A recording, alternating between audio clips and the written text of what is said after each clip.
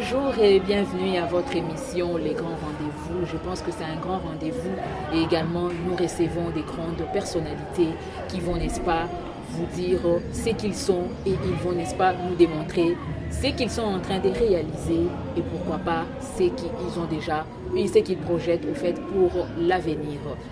En ces premiers numéros, nous recevons pour vous un grand que vous aurez à découvrir tout de suite là. Je pense que vous allez à la fin vous dire que cela a valu la peine que nous puissions les recevoir pour vous. Peut-être que vous les connaissez d'une manière un peu survolée, mais aujourd'hui, vous aurez l'occasion de les découvrir, de savoir ce qu'il a fait, comment est-ce qu'il a reçu son appel, et je pense que vous serez au fait satisfait. Notre émission d'aujourd'hui, nous allons devoir parler d'un thème très très important qui va certainement vous attirer. Nous allons parler de l'appel. L'appel de qui? Nous allons parler de l'appel de l'apôtre Meillard Ezabou Mokambila. C'est de lui qu'il s'agit, c'est l'invité du grand rendez-vous d'aujourd'hui. Apôtre Meillard, bienvenue à l'émission. Bonjour. Bonjour, je suis, comme vous l'avez dit, je suis l'apôtre Meillard. Je suis apôtre, comme vous l'entendez. Et j'ai un parcours plus avec Dieu qu'une vie en dehors du Seigneur. Ma conversion proprement dite, je pourrais dire, c'est quand est-ce que j'ai eu le baptême? C'est à l'âge de... Non, c'était à 1984. Nous allons parce que l'apôtre Meillard est déjà entré dans les vifs de l'émission. Nous allons y arriver. L'apôtre Meillard est apôtre au fait de quelle communauté, de quelle église? Je suis apôtre de l'église Assemblée chrétienne du Réveil mondial. C'est une communauté, donc je suis là et nous faisons l'œuvre de Dieu. Oui. Comme tu as dit, Assemblée chrétienne du Réveil mondial. Pourquoi donc, Réveil mondial? Réveil mondial, c'est une vision internationale, c'est un appel international, parce que le Seigneur ne nous a jamais appelé le local. Il n'y a jamais eu un ministère local et tout le ministère est international. Il est appelé à aller des nations et des places pour annoncer Jésus-Christ, de ville en ville, de lieu en lieu, de terre en terre, découvrant de places où le Seigneur n'est pas arrivé pour annoncer la bonne nouvelle. Donc voilà pourquoi nous avons mis mondial, juste pour certifier que nous avons cette grande vision. Voilà, apôtre Meillard, je pense que vous avez suivi de quoi il va être question aujourd'hui. Nous allons parler de l'appel et nous allons plus nous focaliser sur les vôtres. Alors, déjà d'entrée des jeux, qu'est-ce que vous pouvez nous dire par rapport à l'appel? C'est quoi l'appel? D'emblée, quand je parle de l'appel, c'est une sensibilisation ou conscientisation à entrer dans une activité confiée par une personne. C'est un appel. Quand on nous dit viens, donc j'ai besoin de toi pour un objectif. Donc on ne peut jamais dire à quelqu'un viens pour ne rien faire. Donc un appel, c'est une sensibilisation et une concrétisation que le Seigneur voulait que les gens viennent vers lui et les appelle en disant qu'il y a l'appel à tous les niveaux. Hein. Mais nous nous focalisons plus sur dans les ministères. Donc, oui. Dieu vous appelle pour vous confier une responsabilité, lui remplaçant, lui représentant sur la terre et partout dans le monde en allant apporter ce qui est de lui. C'est ça. Oui, bien dit, apôtre. Je ne pense pas que vous êtes devenu apôtre du jour au lendemain. Il y a eu quand même un début, non? Parce que avant d'arriver à 10, il y a 0 et 1, 2, 3. Comment ça a été votre appel? C'était comme celui de Jérémie ou je ne sais pas. Essayez un peu de nous parler brièvement de votre appel. Ok, mon appel, certainement, moi je me suis converti en 1984. J'ai eu mon baptême d'eau et à ce temps, je l'ai eu au groupe de prière La Croix de Jésus qui était à Bandal, à Sombo. Et je vous informe, à ce temps-là, il n'y avait pas d'église de réveil. Il n'y avait pas des églises évangéliques, et il y avait l'église catholique et les renouveaux charismatiques qui avaient commencé et nous sommes nés dans le groupe de prière. Donc, il y avait celui de l'église celui de Gombe, il y avait celui de Matete, il y avait le frère Otto à Gombe, il y avait à Matete, je crois, il y avait à Montelfikine, Et il y avait aussi un autre groupe de prière à Mongafula, à Livulu. À Livulu. Donc à Livulu, j'allais comme un enfant, mais j'ai donné ma vie à Christ et un engagement, c'était ici, à la Croix de Jésus, en 1984. Donc j'étais avec, à ce temps-là, on était avec la sœur qui est la défunte qui est partie, la prophétesse Maman Libambou. Elle était, à ce temps, on l'appelait Maman Germaine. Elle était intercesseur. Je l'ai trouvée intercesseur dans les groupes de prière. Et on avait notre berger, c'était le berger Maurice Mbondi. Il y avait Désiré Mbondi. J'avais des aînés comme de Maurice Mbondi, de André Chipamba. Et j'avais le frère Tchébé qui était notre berger. J'avais le frère JP. Il y avait quand même le frère Mugiro. Non, tu vois, c'était les frères, on était ensemble et nous travaillons à la défunte ma sœur Marie-France. Donc c'était un groupe de prière en 1984. C'est là où j'ai donné ma vie à Christ et j'ai été baptisé au fleuve, du fleuve d'Isaïr. À ce temps-là, c'était le fleuve d'Isaïr. C'est comme ça que j'ai donné ma vie à Christ. Mais mon appel, c'est un long parcours. Il y a eu les hauts et les bas, mais mon appel, je l'ai eu. D'abord, ça a commencé pendant que j'étais là. Les aînés qui m'ont encadré me parlaient de ça. Mais moi-même, j'ai eu à écouter aussi la voix audible de ce que le Seigneur me voulait pour un travail, pour lui, donc évangéliser, gagner les âmes et amener ceux qui sont perdus en Christ. Et au fait, apôtre Meyer, une question me passe à l'esprit comme ça. Comment savoir réellement que l'appel que je reçois est celui du Seigneur? Bon, en fait, comment savoir que l'appel que je reçois est celui du Seigneur? C'est d'abord quand tu es conscientisé, tu es sensibilisé, tu es recruté par Dieu. Et en vous-même, il y a ce qu'on appelle la conscience, il y a la conviction. D'abord, ça c'est un premier élément. Avant d'entendre la voix du Seigneur, la conviction de faire ce travail-là. Vous comprenez? Parce que tout le monde ne peut pas se lever comme ça pour décider de devenir pasteur. Non. Il doit y avoir une conviction et je suis convaincu de le faire. Mais de paroles audibles, de prophéties, ce sont des choses qui viennent compléter. Comme on dit qu'une prophétie est souvent acceptée par 2 ou 3 témoins. Donc cela vient vous garantir, vous confirmer que c'est réellement ça. Parce que je vous dis, à propos des appels, vous savez, aujourd'hui, il y a des gens qui quittent, il y a des gens qui changent, il y a des gens qui sont venus par envie, il n'y avait pas une conviction. À cause des difficultés, de problèmes, il abandonne, il va au commerce. Et il y a des gens qui étaient pasteurs. Mais au départ, il avait dit que c'était l'appel de Dieu. Et il y a des gens qui sont en train de shifter. Donc shifter, ça veut dire changer. Et ils quittent de pasteur, évangéliste, docteur, apôtre, prophète. Demain, il devient bishop. Et après demain, il devient archibishop. Et il y a même des gens qu'on appelle des archanges maintenant. Donc, vous comprenez, tous ces titres maniés, ça a un peu bouleversé les gens. Et les gens n'ont plus le focus, ils n'ont plus l'objectif de ce que le Seigneur a appelé. Donc, un appel, c'est que Dieu va vous donner un fardeau. Il va vous mettre un fardeau pour sa mission, pour son travail, pour son œuvre. Vous comprenez, c'est des gens prêts à mourir pour le Seigneur. Voilà. Donc quelqu'un qui a appelé, il est attaché, son âme est liée, son esprit est lié à la mission qu'il a. Et pour lui, il est prêt à tout sacrifier pour le Seigneur. D'abord, c'est un grand signe. Même s'il s'agit de mourir.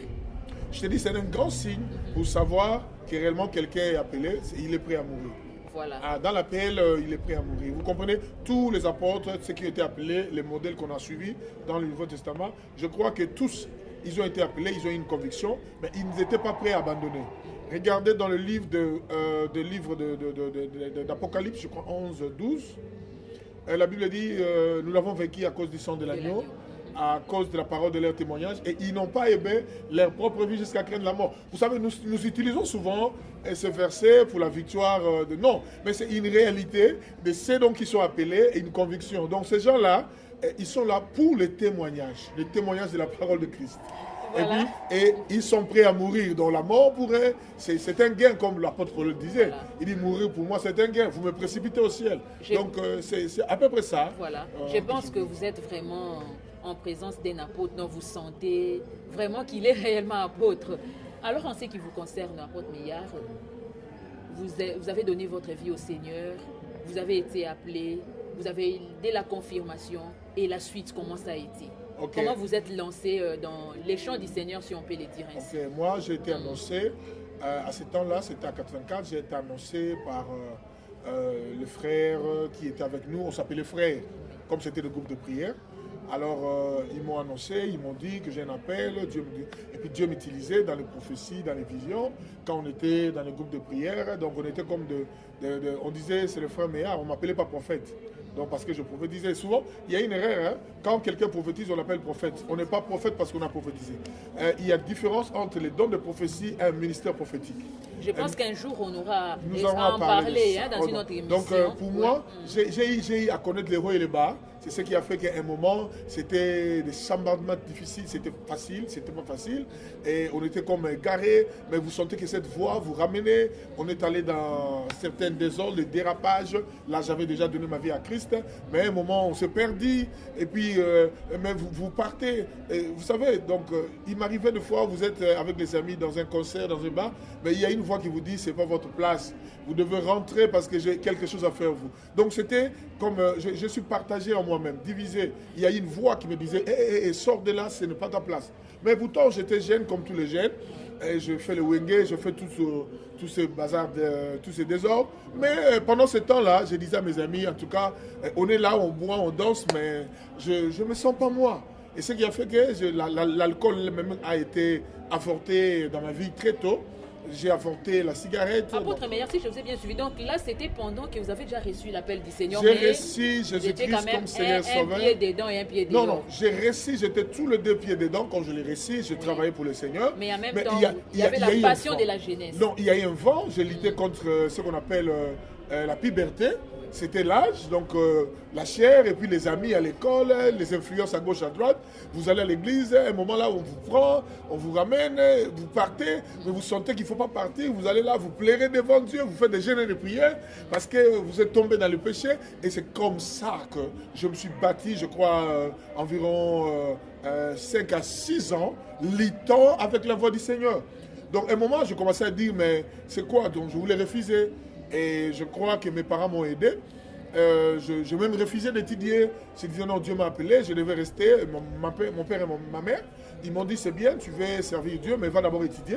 Finis les études, tu nous amènes les diplômes et puis tu vas t'engager à servir Dieu. Et ce qui a été fait. Et je crois que la personne qui m'a aidé, et qui m'a ramené, qui m'a ravivé ce fait-là, c'était le fait Dr Ngoyangouba, que j'appelle mon père spirituel. À ce temps-là, quand on était dans les groupes de prière, il n'y avait pas question de père spirituel, quand on n'avait pas de révélations sur ça.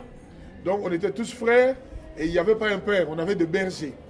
Donc, le Désiré Mbonzi, que vous connaissez, Mbonzi, il était notre berger à ce temps-là. Donc, c'est comme ça qu'on a parcouru et après, c'est le docteur Ngoyi Yangouba qui est un père pour moi. Et quand je suis reparti, m'asseoir à ses pieds, c'est là où il m'a enseigné les ABC de la foi.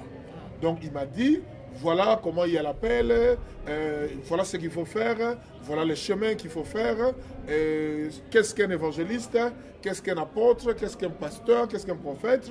Et lui étant père, c'est lui qui m'a dit, mon ministère, c'est lui qui, en m'appelant, en me disant, en me formant, il m'a dit que tu étais un apôtre.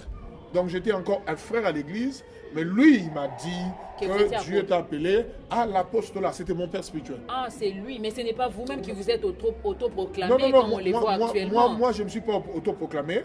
Je commençais le travail, d'ailleurs, je fouillais les titres. Et à un moment, en voulant fuir l'appel de Dieu, je disais, bon, je vais faire les affaires et je vais servir Dieu. Donc j'avais commencé mes business, comme tout bon jeune homme. Après, j'avais fini mes titres. Je fais le business, j'étais dans l'œuvre, le frère à l'église, mais quand même, je gagnais mon pain. Et puis, je suis parti chercher un travail. J'avais aussi travaillé au ministère de Culture et Arts. Mais il y avait une voix qui me disait, il faut revenir. Et ramener toujours sur les ramener. Ouais, et je vous informe qu'au Culture et Arts, j'ai démissionné. J'ai travaillé au cabinet avec le ministre. À ce temps-là, c'était Bonzi, qui était mon grand-père. Et j'ai démissionné de ce travail. Et tout cela pour respecter l'appel. Pour respecter l'appel. Voilà. Et je suis parti s'asseoir et faire ce que Dieu voulait que je fasse, oui, et que je continue à faire jusqu'aujourd'hui. Voilà. Apôtre Meyer, je pense que Dieu, quand il appelle une personne, n'est-ce pas, qui lui confie une mission, parce que je pense que lorsque Jésus-Christ a appelé Pierre, il lui a dit, je ferai de toi pécheur d'homme. Mais en votre cas, lorsque le Seigneur vous a appelé, quelle a été la mission qu'il vous a confiée, n'est-ce pas, qu'il vous a dit, je vais te faire ceci, cela. Est-ce que vous pouvez nous le dire? Ok, ma mission, c'était, Dieu m'a envoyé vers une jeunesse pour les ramener à Christ. Elle m'a dit, vas-y, tu étais jeune, il m'a pris jeune, trop jeune.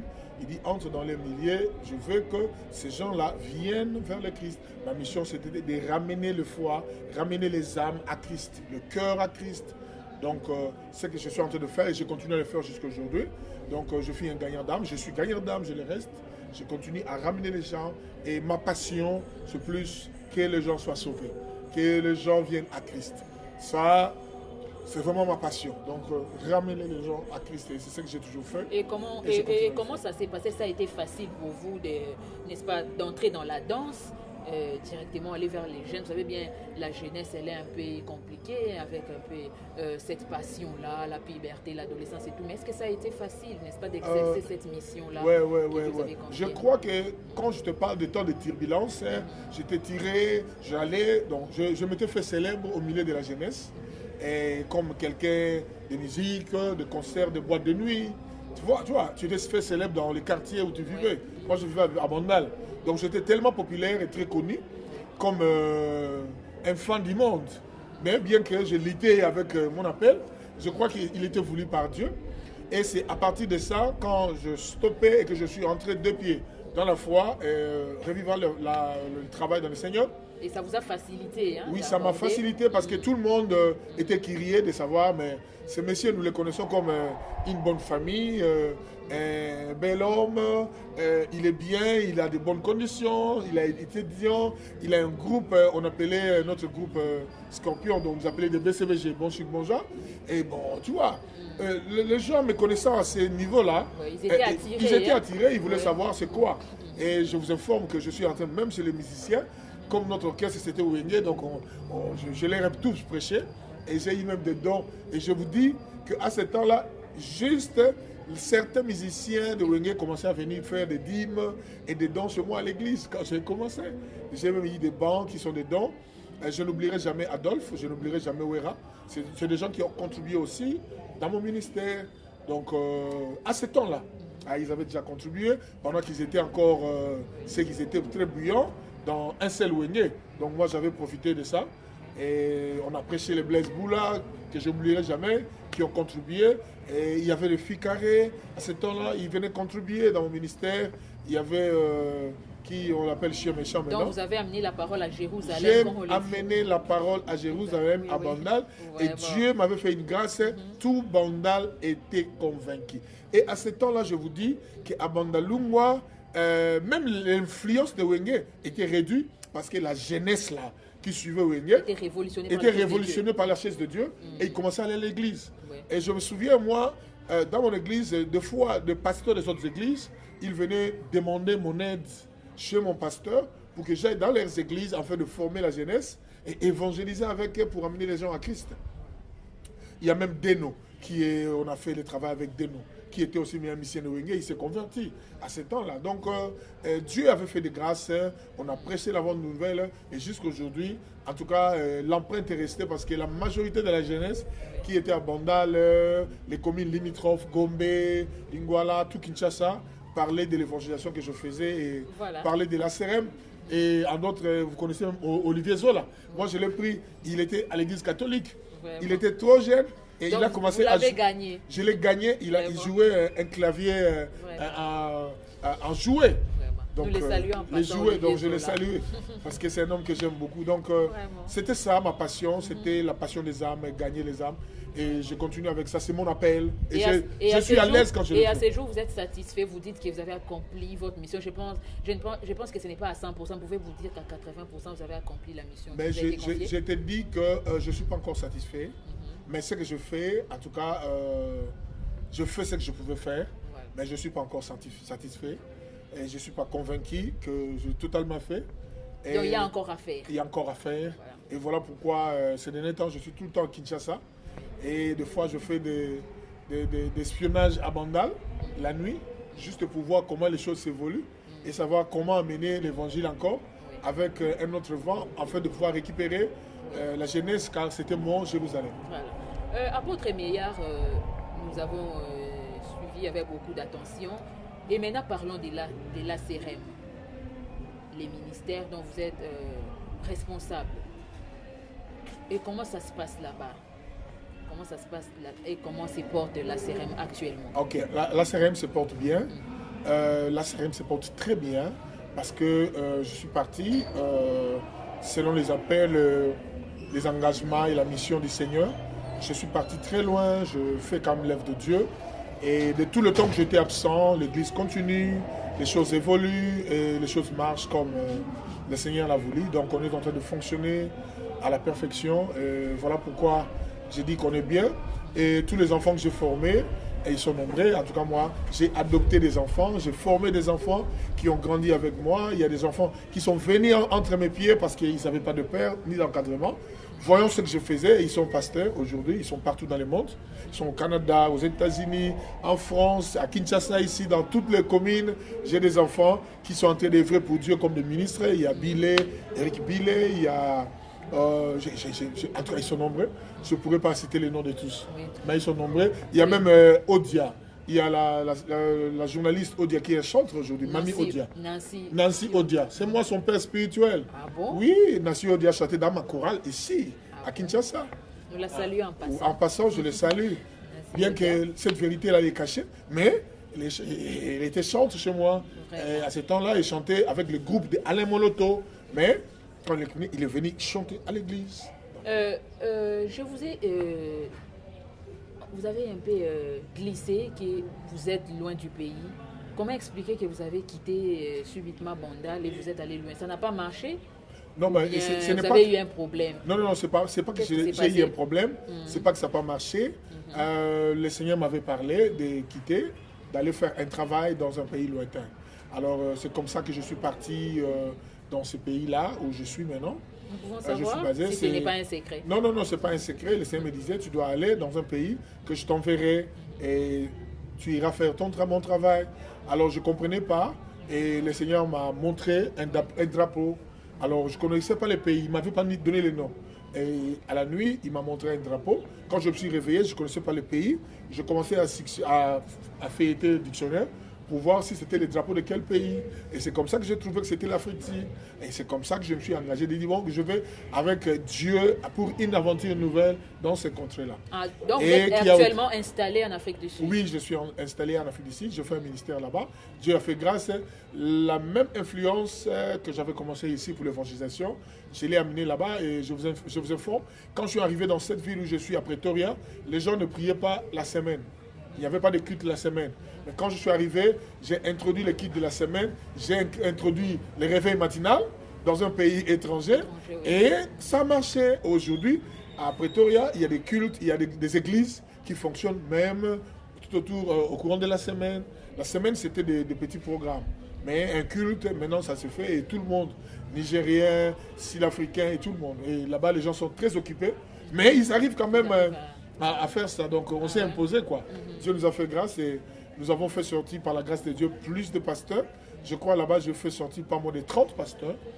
Et femmes et hommes sud-africains. Et vous avez des cellules ou comment ça se passe? Mon objectif, ce n'est pas d'avoir toujours des cellules pour être un représentant légal. Un représentant légal, c'est pas mon objectif. Non, mais c'est ce que les autres font, mais je ne peux pas copier les autres. Mais ce que je sais, c'est que je suis en train de faire du travail et des extensions. D'abord ici en Kinshasa, j'ai donné mes extensions à mes enfants. Et ceux qui sont restés, ils ont travaillé, ils ont chacun un nom. Mais quand tu vois, tu te dis non, ils étaient une cellule qui a commencé à CRM et puis après on l'a détaché. Et ils sont allés, ils évoluent libres. Et pour moi, quand quelqu'un est déjà gagné, il est formé à l'église, il sait travailler, et que lorsqu'il me dit qu'il a une passion ou il a une motivation ou une vision pour aller travailler ailleurs, en tout cas, je ne bloque pas et je le facilite la tâche d'aller.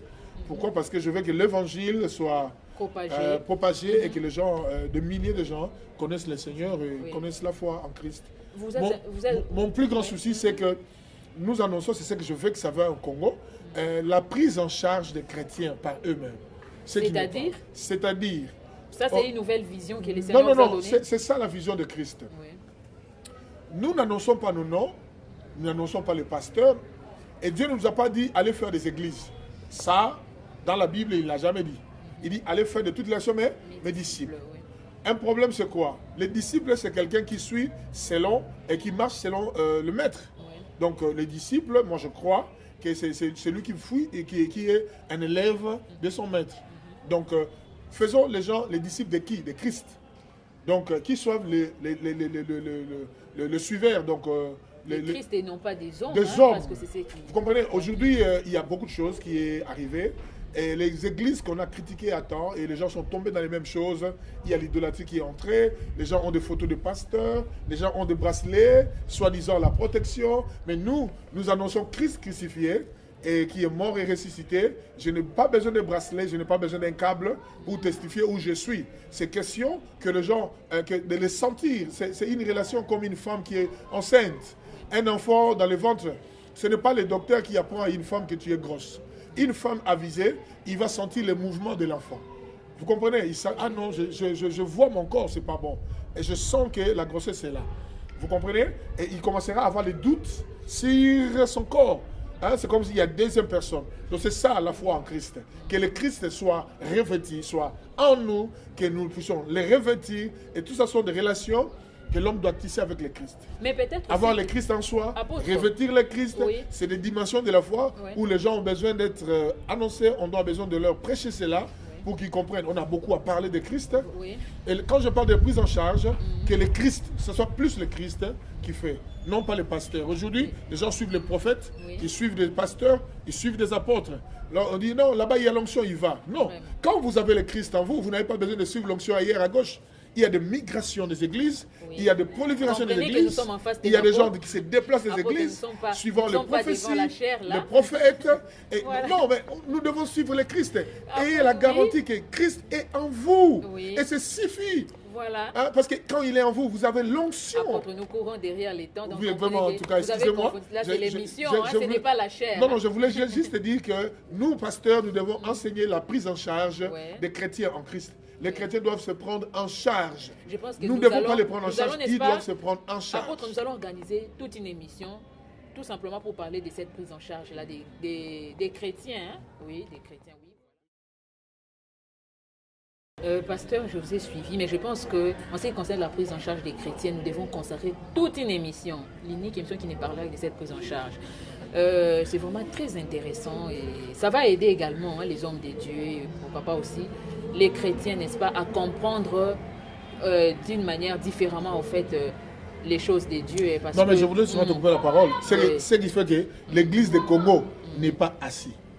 Comment ça n'est pas assis? Parce que vous avez travaillé, tout ça, comment vous pouvez dire ça? Dieu vous a confié la mission, oui, vous avez travaillé, mais comment vous pouvez dire ça? Écoutez-moi, vous savez, dans la mission, il y a de ceux qui arrosent, de ceux qui cultivent, il y a de ceux qui arrosent.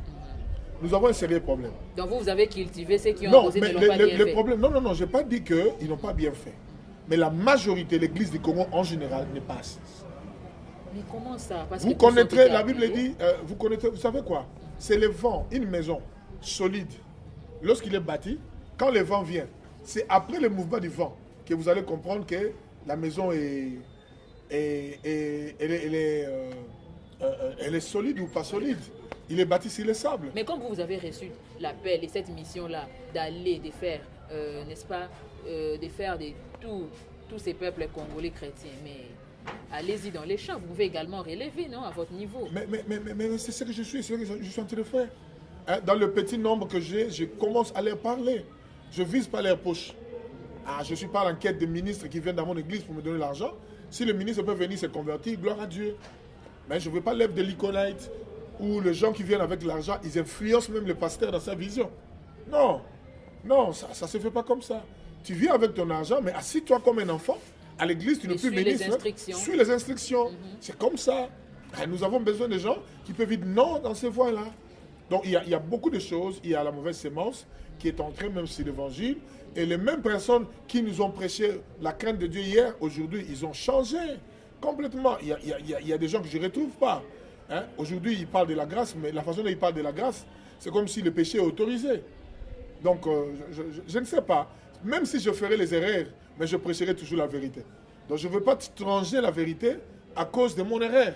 Donc, ma faiblesse ne doit pas être changée. Hein, parce que je suis faible à tel niveau et les gens vivent ma faiblesse et je change l'évangile justifiant ma faiblesse. Ça, je ne le ferai jamais. Je garderai la parole de Dieu tel qu'il est et je le prêcherai tel qu'il est.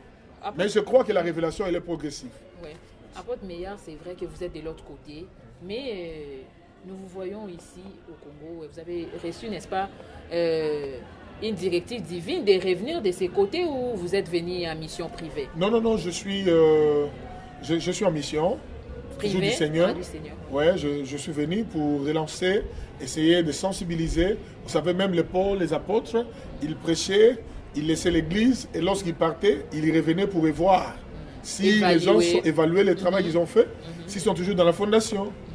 Donc la Bible dit, celui qui bâtit avec les foins, les pailles, et lorsque le feu vient, ça brûle et vous restez avec rien. Donc on vient confirmer si les enfants sont restés sur la ligne et ils gardent la foi. Donc je suis là et je continue mon évangélisation au même moment et je continue à suivre mes enfants pour leur dire que la famine peut venir, mais que la famine ne te fasse pas quitter la foi. Le problème peut venir, mais que tu n'abandonnes pas le Christ. Vous avez la victoire. Comme il a vaincu, nous vaincrons avec lui. Et si les choses sont en bas, nous acceptons les réalités, mais nous prions, car c'est lui qui nous a promis les repos. Il nous donnera les repos.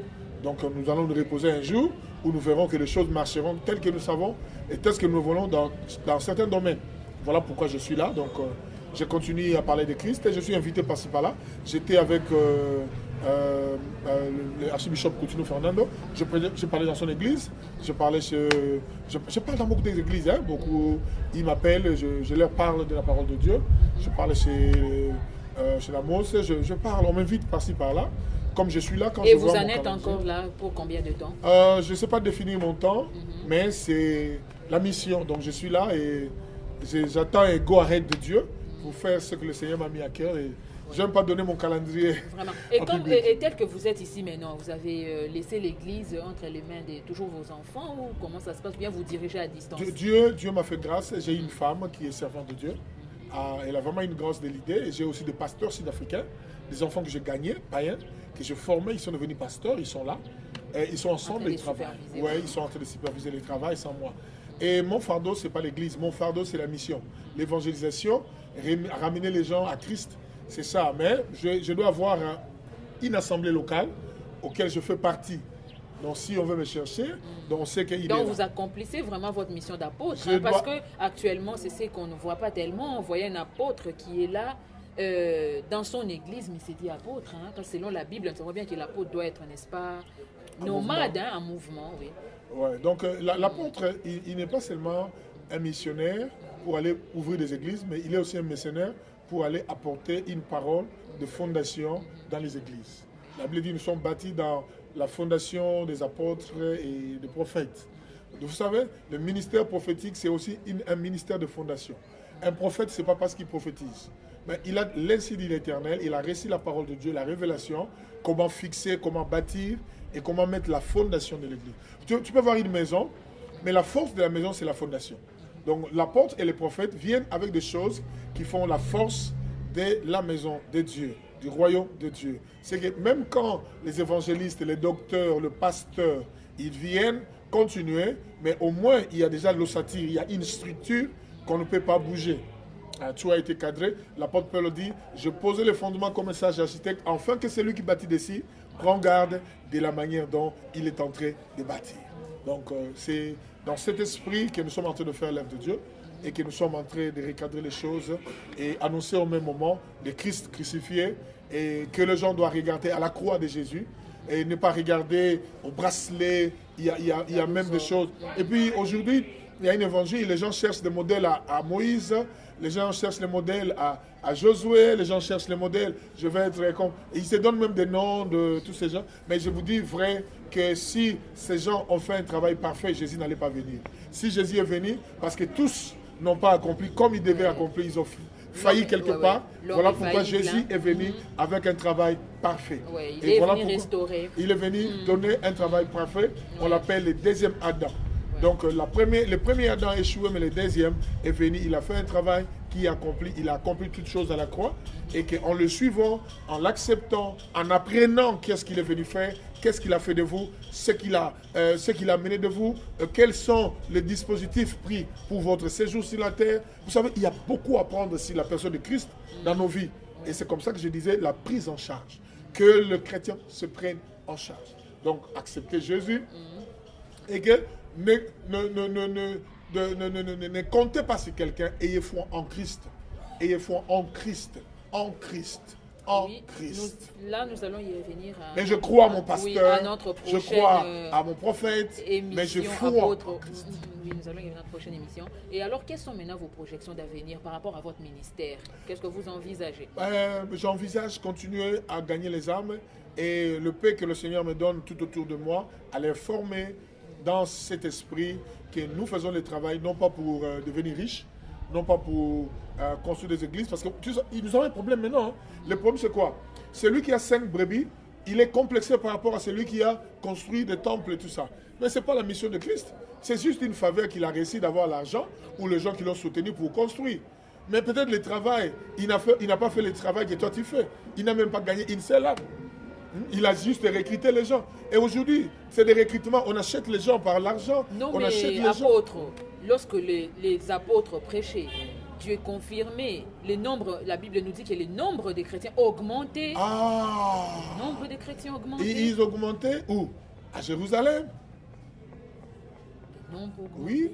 Et la Bible dit, vous tout dites, Jérusalem, si vous avez 5 non, brebis? et tout Jérusalem était rempli des enseignements des apôtres. Nous croyons à la croissance physique, mais nous croyons au travail intérieur qui doit être fait à celui qu'on appelle un chrétien né de nouveau. Ouais. Et nous croyons que Dieu doit augmenter. Et chaque jour, c'est Dieu qui envoie les gens qui viennent à l'église. Tu sais que chaque jour, Dieu envoie les gens. Même envoie les gens. Et puis, il peut envoyer aujourd'hui, après non, c'est ça. Et les hommes sont là, disponibles. Allez-y. Apôtre, on nous fait déjà signe que les timings qui nous a été impartis touchent pratiquement à sa fin. Qu'est-ce que vous pouvez dire à tous ceux qui nous ont suivis avec beaucoup d'intérêt par rapport à l'appel, vous qui êtes apôtre, un mot aux serviteurs de Dieu également, aux chrétiens qui auront l'occasion de nous suivre? Ok, aux serviteurs de Dieu, attachez-vous à votre appel. Attachez-vous à ce que Dieu vous a dit de faire. Si Dieu ne vous l'a pas dit de faire, ne le faites pas. Attachez-vous avec la voix de Dieu. Tu sais, aujourd'hui, les gens, à cause de l'argent, à cause de la souffrance et les crises du pays, le problème politique, et les gens embrassent à gauche, à droite certaines choses, ils amènent le feu étranger dans le ministère, dans l'œuvre de Dieu, et ils sont en train de déformer même les chrétiens, leurs pensées, leurs logiques. Vous savez, ça c'est d'abord un problème. Et je parlerai aux chrétiens, vous aussi, faites attention, que vous croyez seulement en Jésus, et Jésus seul, il est suffisant pour faire de vous un homme ou une femme accomplie, une femme bénie. Voilà pourquoi je vous encourage de le suivre et de continuer à marcher selon ce pas. Et la grâce de Dieu sera avec vous. Donc je vous encourage, si aujourd'hui tu as prié, tu n'as pas vu, continue à prier, tu verras ce que tu chercheras et le Seigneur le fera. Mais ne suivez pas les gens et ne suivez pas toutes ces litanies de choses. Oh non, il faut commencer à boire de l'huile, il faut commencer à boire beaucoup d'eau, une quantité d'eau. On vous vend des bagues, on vous vend des bracelets, des chaînettes, on vous vend des photos. Merci. Et j'entends tous ces témoignages. Sorry, my brother and sister, we don't want it in Jesus' name. Nous sommes ici un pays francophone. Non, nous ne voulons pas de ça. Merci beaucoup à votre meilleur. Je pense que vous avez 1 minute pour dire votre mot de la fin parce que l'émission est terminée. Hein. Nous sommes arrivés à la fin de cette émission. Votre mot de la fin par rapport à tout ce qui s'est dit et par rapport à l'émission également. 1 minute, pas plus. Hein. Ce que j'aimerais à dire, je dis à ceux qui suivent cette émission, à des gens qui organisent l'émission, à la chaîne de télévision qui me suivent, c'est Jésus qui est mort pour vous. Aucun homme n'est mort pour toi s'il la croit. Il y a une seule personne qui a payé le prix, c'est Jésus-Christ. Suivez-le, écoutez-le et écoutez sa voix. Priez que le Saint-Esprit vous aide et vous oriente sur de bonnes personnes qui prêchent réellement le Christ crucifié, qui est d'être à gauche, à droite à cause des aventures des hommes et des sensations des hommes. Vous savez, Jésus-Christ a multiplié le pain, mais avant de donner le pain, il dit aux apôtres, faites-les asseoir par rangées. Donc nous voulons un évangile qui va faire asseoir l'Église de Dieu, afin qu'en mangeant, qu'ils soient assis. C'est ça. Merci beaucoup apôtre Meillard. Merci également à vous tous qui nous avez suivis aujourd'hui. Notre émission est arrivée à la fin. Je pense que nous avons reçu l'apôtre Meillard Ezabo Mokambila de l'église ACRM. Vous l'avez suivi vraiment avec beaucoup d'intérêt. Nous n'avons pas fait à Bandalungwa, bien sûr. Nous n'avons pas à faire beaucoup de commentaires là-dessus. Vous allez vraiment, vous avez suivi l'émission avec beaucoup d'attention et je pense que vous avez ajouté un plus, comme je vous avais dit au début. Merci à Olivier Zola, merci également à vous tous qui nous avez suivis. Nous faisons un coucou de loin au pasteur Miko Bachika depuis Paris et pourquoi pas aussi au pasteur Stéphane et à maman Evelyne depuis Anvers en Belgique et également à tous ceux qui auront l'occasion de suivre cette émission. Ingénieur Olivier Zola, merci beaucoup parce que vraiment tu es polyvalent. Merci également à tous ceux qui auront nous suivre dans le monde entier. Les rendez-vous est pris pour la semaine prochaine, même heure, même chaîne. Alors, d'ici là, portez-vous bien. Au revoir.